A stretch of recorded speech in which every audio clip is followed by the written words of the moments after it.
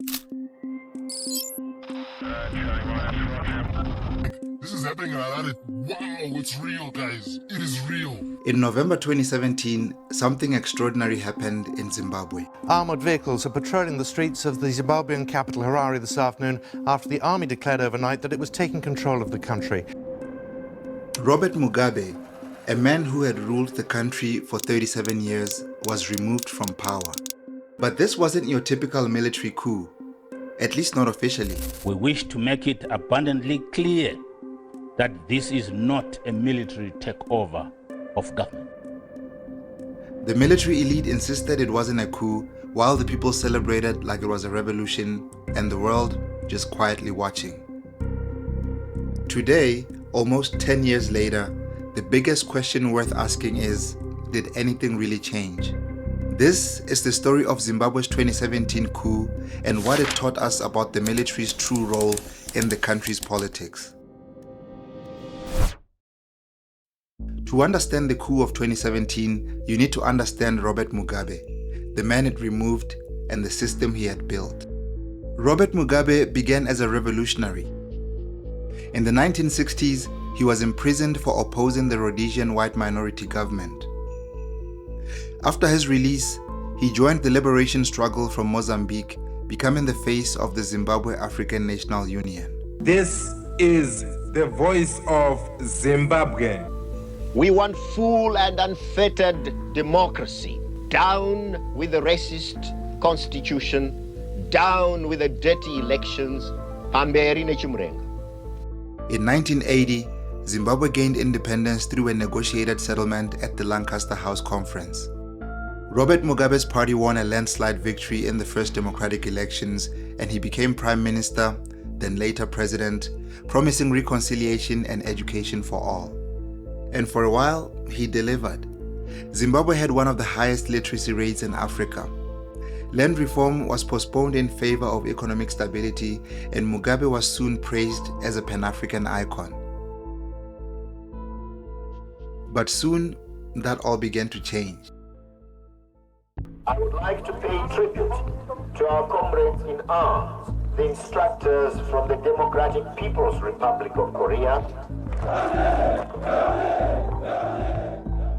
In the early 1980s, Mugabe unleashed a North Korean-trained army unit, the 5th Brigade, on the Matabeleland region of Zimbabwe, targeting his rival Joshua Nkomo's supporters in what became known as Gukurahundi. An estimated 20,000 civilian lives were lost during that operation. A few months ago, I actually made a video on the Gukurahundi massacre. If you're interested in watching that, I'll leave the link in the description below for you to check it out after this one. But for now, back to today's video.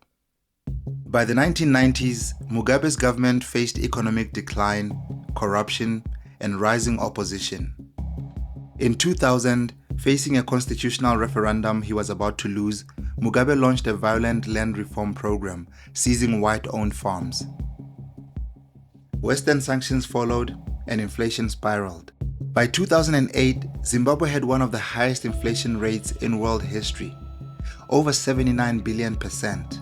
Robert Mugabe held on to power by any means necessary: violent elections, military intimidation, and patronage networks.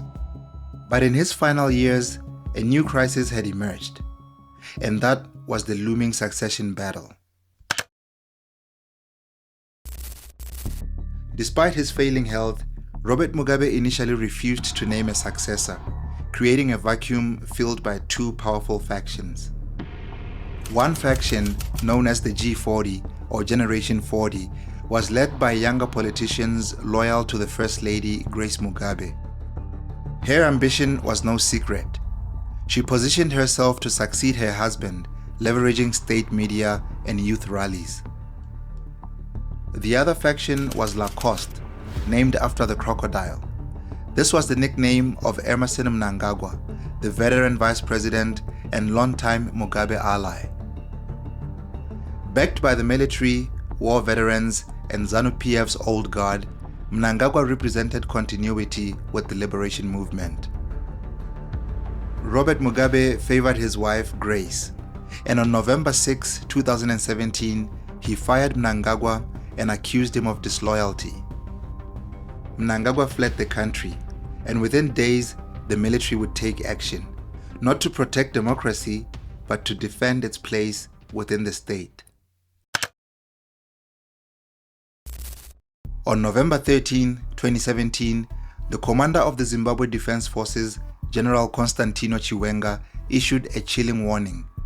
The army would not allow counter-revolutionaries to destabilize the country. That when it comes to matters of protecting our revolution, the military will not hesitate to step in. The following day, the army seized control of key state institutions. Robert Mugabe was placed under house arrest, and Grace Mugabe disappeared from public view.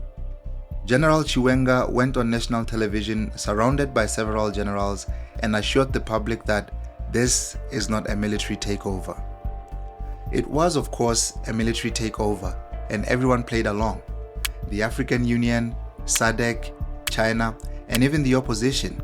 No one wanted to set a precedent of condemning the removal of a deeply unpopular leader.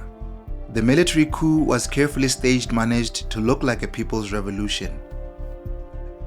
The people of Zimbabwe, wary of Mugabe's rule, welcomed the soldiers with open arms. Massive demonstrations erupted, with civilians even encouraged to march by the military. Soldiers in uniform posed with citizens. Opposition leaders like Morgan Tsvangirai and even churches joined the call for Mugabe to step down. Then, on November 21, 2017, Mugabe resigned under pressure just hours before an impeachment vote. Zimbabweans danced in the streets. But behind all the euphoria, there was no real break with the past.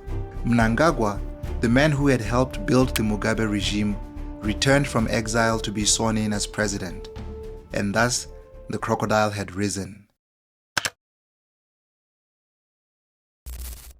Emmerson Mnangagwa's rise was presented as a break from Mugabe, a new Zimbabwe. He promised democratic reforms, economic recovery, and re-engagement with the international community. His new slogan was, "Zimbabwe is open for business." But that honeymoon phase was short-lived. In the 2018 elections, the first without Mugabe, Mnangagwa narrowly defeated Nelson Chamisa of the MDC alliance. But when protesters demanded transparency in the vote count, soldiers opened fire in Harare and at least 6 civilians lost their lives. A commission of inquiry blamed the military, but no one was ever punished. Economic reforms failed and corruption remained rampant. The local currency collapsed again, and the same military elites who supported the coup were now embedded deeper in the state. The true legacy of the 2017 coup was not Mnangagwa. It was the military's open control of the state.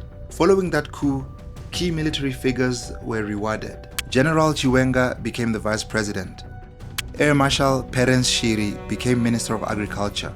Major General Sibusiso Moyo became Foreign Minister. And military-linked companies received contracts in agriculture, mining, and energy.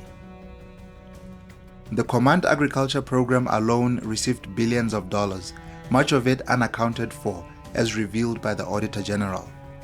In Marange, where Zimbabwe's diamonds are mined, military involvement only deepened. Groups like the Zimbabwe Consolidated Diamond Company continued to operate with opaque ownership structures often tied to security agencies.